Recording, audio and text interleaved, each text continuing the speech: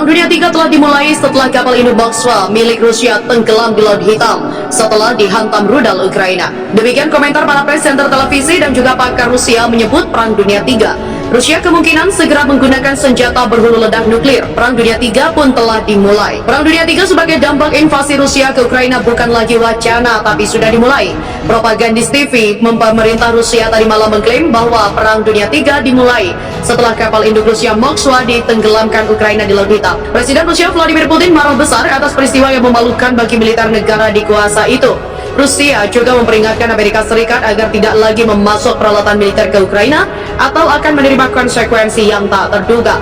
Demikian rangkuman berita terkini wartakotalive.com bersumber dari dailymail.co.uk pagi ini, di mana respon kapal induk tenggelam, Rusia siap gunakan nuklir. Presenter Rusia One, Olga Skabeyeva, yang berpegang pada garis resmi Kremlin, menyebut bahwa kapal perang itu mengalami kebakaran.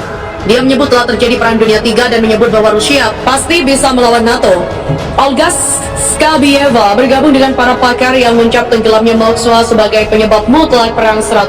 Para pakar juga mengatakan tidak ada yang perlu difikirkan, harus ada tanggapan, dan mereka tampaknya menyarankan Putin untuk menggunakan senjata nuklir untuk ibu kota Kiev sehingga Rusia bisa mengebom mereka sekali dan hanya itu. Sebuah acara TV negara Rusia yang terpisah, Vremya Polkazet, dari tadi malam juga mengklaim bahwa Barat memasok miliaran senjata ke Ukraina dan bahwa pada penawaran pemasok, Kiev membawa lebih banyak dari provokasi berdarah mengerikan sama sekali tak terpikirkan. Pembawa acara Alicia Loseva mengatakan kepada pemirsa bahwa Barat percaya bahwa Rusia adalah negara yang bahkan tidak layak berada di peta dunia. Alicia Loseva juga menyebut bahwa Barat menganggap semua orang Rusia harus dimusnahkan begitu saja dari muka bumi. Pernyataan disampaikan beberapa jam setelah kapal induk Moskwa telah tenggelam. Ia juga mengatakan Ukraina senang melihat pasukan Moskow di negara mereka melambaikan 3 warna Rusia dan memperlakukan mereka seperti pembebas nyata di Kharkiv, dan mengklaim bahwa Kiev yang melakukan genosida. Saluran satu yang dikelola negara secara terpisah membuat komentar oleh komentator militer Dmitry Dorodenko yang mengklaim Barat telah lama mempersiapkan perang dan bahwa Rusia menghadapi perang multi-level skala penuh melawan Barat kolektif. Kapal induk Moskwa juga tenggelam saat ditarik ke pelabuhan kemarin setelah mengalami kerusakan parah terkena rudal Ukraina. Kiev mengatakan kapal itu dihantam dengan rudal jelajah Neptunus yang ditembakkan oleh baterai pantai yang menghantam sisi pelabuhan kapal menyebabkan miringnya. Sumber militer Rusia juga mengakui kapal telah miring ke samping dan terbakar setelah ledakan, sementara sumber intelijen AS mengatakan kapal mengalami ledakan besar yang membuatnya rusak berat sebelum tenggelam. Selain memberikan kemenangan propaganda kepada Ukraina, tenggelamnya Moskow juga memiliki implikasi praktis bagi Rusia.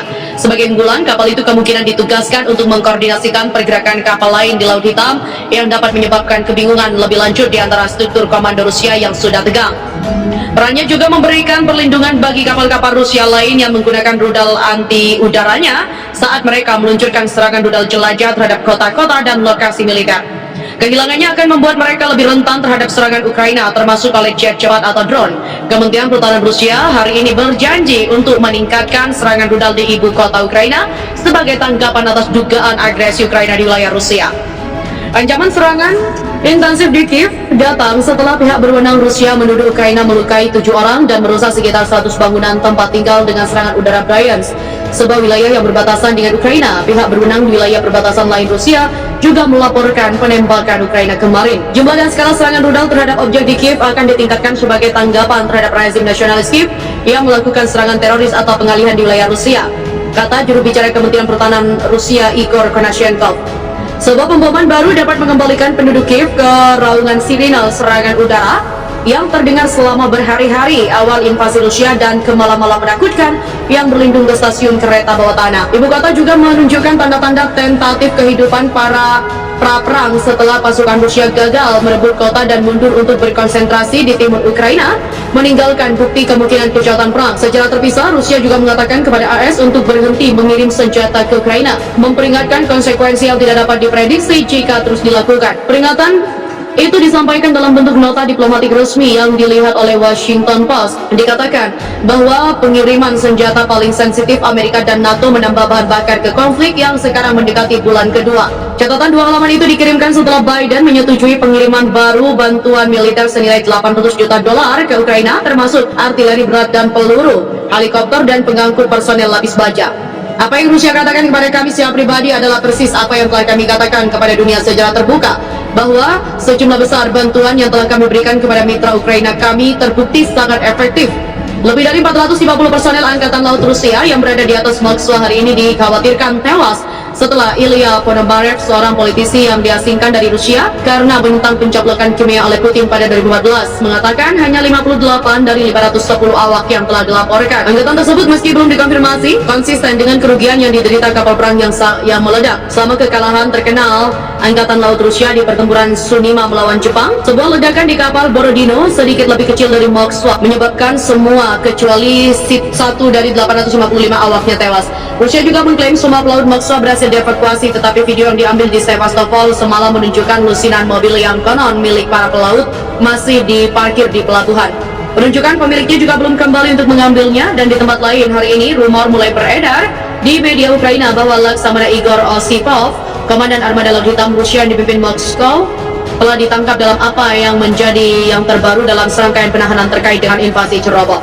Sementara itu pagi ini terungkap bahwa Moskow telah kehilangan agen intelijen militer GRU yang terbang tinggi di Ukraina dalam pukulan terbaru terhadap layanan mata-mata elit Kremlin. Kapten Alexei Bogomolov dari resimen terpisah ke-25 pasukan khusus GRU dilaporkan tewas dalam aksi. Pemakamannya akan diadakan besok di wilayah Tambov.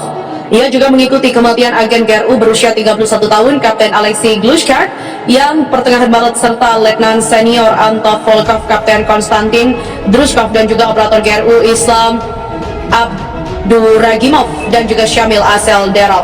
Sejak terpisah, sebuah video yang muncul minggu lalu menunjukkan beberapa kuburan perwira pasukan khusus intelijen militer GRU yang baru saja terbunuh.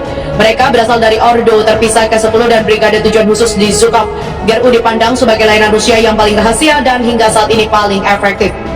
Inggris juga mengatakan regu pembunuh GRU berada di balik peracunan dengan Novikov, kejari Sergei Skripal yang telah membelot ke Inggris dan putrinya Yulia pada 2018. Dalam perang dingin, seorang agen GRU di bawah perlindungan diplomatik London, Kapten Yevgeny Ivanov, memicu jatuhnya pemerintah Tory setelah dia merayu Christine Keller, kekasih Menteri Perang Inggris John Profumo.